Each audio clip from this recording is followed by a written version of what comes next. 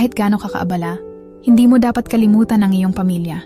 Alalahanin mo, sa huling yugto ng iyong buhay, hindi trabaho, pera, o kasikatan ang iyong hahanapin, kundi ang init ng yakap ng iyong mga mahal sa buhay. Kaya ipakita mo sa kanila ang iyong pagmamahal habang may panahon pa. Sa kabila ng yaman at tagumpay ko, wala akong magagawa upang pigilan ang oras. Hindi ako naiiba sa inyo. Lahat tayo ay may katapusan. Kaya habang may pagkakataon pa, magmahal, magpatawad at ipamahagi ang biyaya sa iba.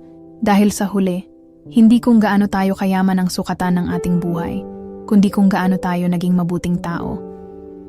Hindi sukatan ang taas ng narating o dami ng ari-arian, kundi kung paano natin pinahahalagahan ang oras, ang mga taong nakapaligid sa atin, at ang pagkakataong mabuhay araw-araw.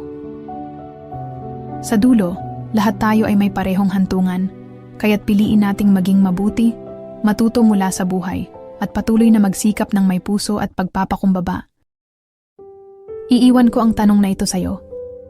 Kapag dumating ang araw ng iyong paglisan, paano ka kaya maaalala ng ibang tao?